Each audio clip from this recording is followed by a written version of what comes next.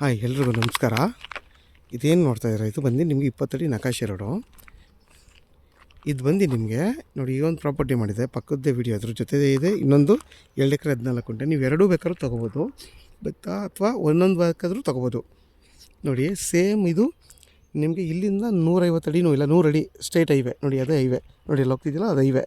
But ಅದು ಊರು ಈ ರೋಡ್ಗೆ ಮತ್ತು ಈ ಹೈವೇಗೆ ಹೊಂದ್ಕೊಂಡಿರೋಂಥ ಜಾಗನೇ ಈ 2 ಎಕರೆ 14 ಗುಂಟೆ ಜಾಗ. ನೋಡಿ ಇದೇನಿದೆ, ಮಾವು ವಿತ್ ತೆಂಗು ವಿತ್ ಬೋರು ವಿತ್ ಮನೆ ವಿತ್ TC ಎಲ್ಲ ಇದೆ. ಇದ್ರ ಬೆಲೆ ಬಂದು ನಿಮಗೆ 2 ಲಕ್ಷ ಹೇಳ್ತಾರೆ. ಸಾರಿ, 2 ಲಕ್ಷಕ್ಕೆ ಫೈನಲ್ ಆಗುತ್ತೆ. 2.30 ಹೇಳ್ತಾರೆ, 2 ಲಕ್ಷಕ್ಕೆ ಫೈನಲ್ ಆಗುತ್ತೆ.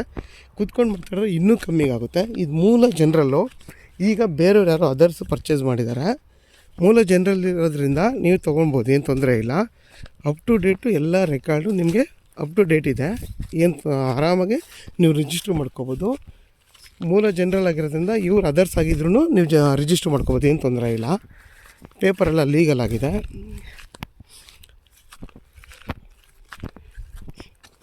ಇದು ಬಂದು ಕನಕಪುರಕ್ಕೆ ಕರೆಕ್ಟಾಗಿ 9 ಕಿಲೋಮೀಟ್ರ್ ಆಗುತ್ತೆ ಈ ಜಾಗದಿಂದ.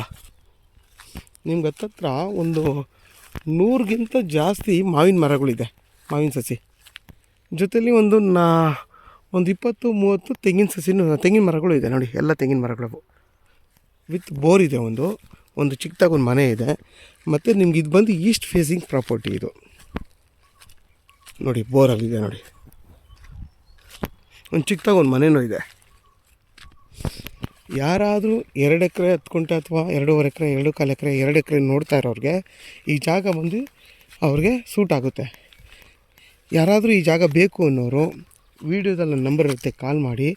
ಆದಷ್ಟು ನನ್ನ ಚಾನಲ್ನ ಸಬ್ಸ್ಕ್ರೈಬ್ ಮಾಡಿ, ಲೈಕ್ ಮಾಡಿ ಮತ್ತು ಶೇರ್ ಮಾಡಿ.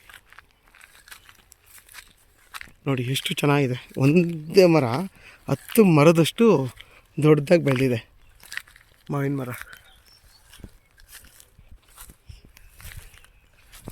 ನಿಮಗೆಲ್ಲ ಪೈಪ್ ಲೈನ್ ಮಾಡಿಸಿದ್ದಾರೆ ನೋಡಿ.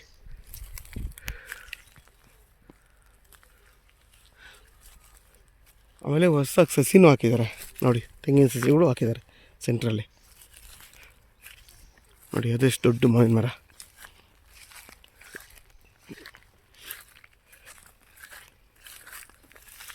ನೋಡಿ ಬೋರ್ ಇದು. ನೋಡಿ ನಿಮಗೆ ಇಲ್ವಿ ಪ್ರಾಪರ್ಟಿ ಇದು, ಬೆಟ್ಟದ ಕೆಳಗಡೆ ಇರೋವಂಥ ಜಾಗ ಇದು. ತುಂಬ ಚೆನ್ನಾಗಿದೆ ಲೊಕೇಶನ್.